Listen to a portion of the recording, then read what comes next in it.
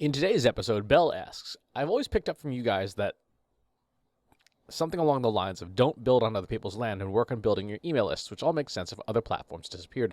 You still have your contacts, and I've lived by it. But now you seem to be promoting building on Slack. Am I missing something here? What if the community you build on Slack you can no longer access, or are you exporting emails?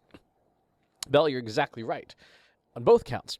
Slack is not an owned property. It is a SaaS-based platform, and thus it could theoretically vanish at any time.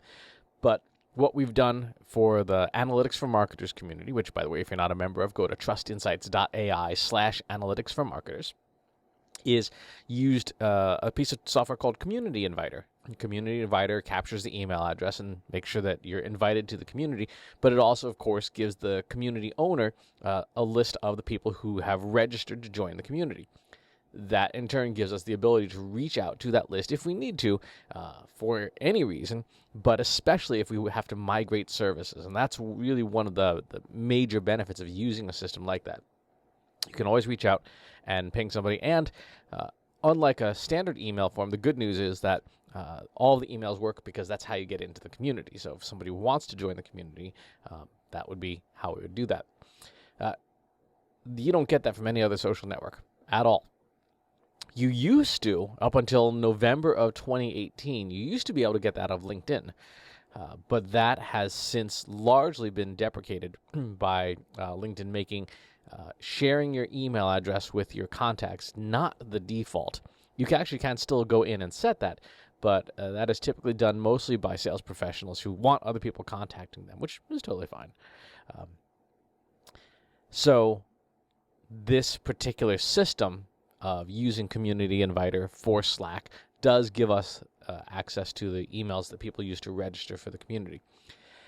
We have looked at other collaboration software that would be run on servers that we own. The principal one there would be a piece of software called Mattermost, which a lot of companies that are in highly regulated industries use because you run it on your own servers. It can be run inside your firewall if you need to. It is more cumbersome, and the reason we didn't go that route for the Trust Insights community is not because we wanted to run our own servers or not, but because it is an uncommon platform. When somebody has the Slack client on their desktop and on their phone and in their browser and such, it is easier for them to just add themselves to a new Slack community than it is for them to install yet another app that they may or may not check. Again, we did give it some thought because if somebody installs an app just for you, that's not a bad thing, but there is more overhead and less likelihood of them participating than if it's an app that they have to have open for work all the time, right? If you're at a company that uses Slack internally for collaboration, you have it on, and therefore, if the communities you're also a part of are dropping messages and things, then you will be more likely to participate because it's no extra overhead. You don't have to open up an app. You don't have to open up a new tab in your browser. It's there already. And that was the primary consideration for why we stuck with Slack. Now, if that changes, then we activate the backup plan.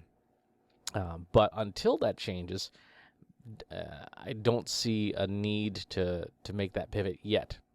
But I think your point is a fantastic one, which is have a backup plan, right?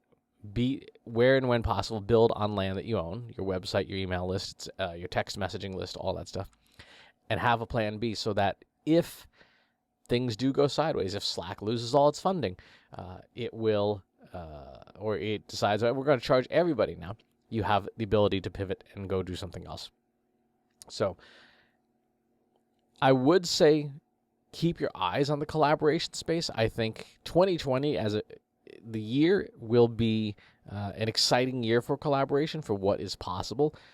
The other thing that we really like about Slack, which is tough to replicate with a lot of other standalone platforms, is that it has a tremendous number of third-party add-ons. The ability to do all sorts of fancy polls, to do integrations with Google Drive and Dropbox. The other packages are not there yet. They will get there, or they should get there if they want to have any hope of competing with Slack. But for right now, because it's the market leader, there are a ton of integrations for it that make it the best default choice, at least for reaching a certain type of audience, which is another consideration. There are plenty of marketers who are not on Slack, and that's where other social media channels, where your email newsletter in particular is very useful, so that you have some avenue of communication with folks who aren't on Slack. But what we found is when we look at our customer base and we look at the companies they work at and the technologies they use, a significant majority of them are also the type of company that uses Slack.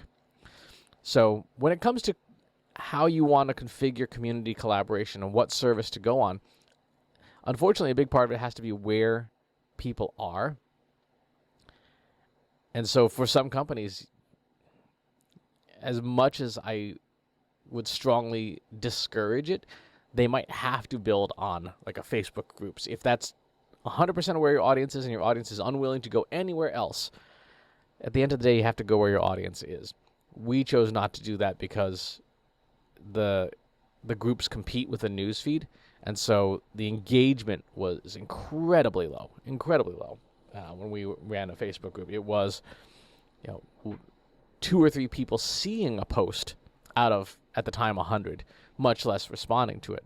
So when 98% of your community can't even see what you're posting, there's definitely an issue. So good question. The mindset is great. Build on what you own. Control as much as you can so that if the ground changes, if the rug gets yanked out from under you, you're not left high and dry with something that you no longer have control of. There is a non-zero possibility that Slack will do that.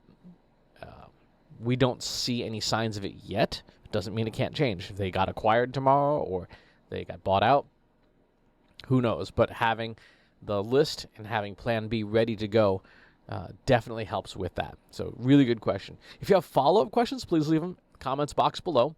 Subscribe to the YouTube channel and the newsletter. We'll talk to you soon. Take care.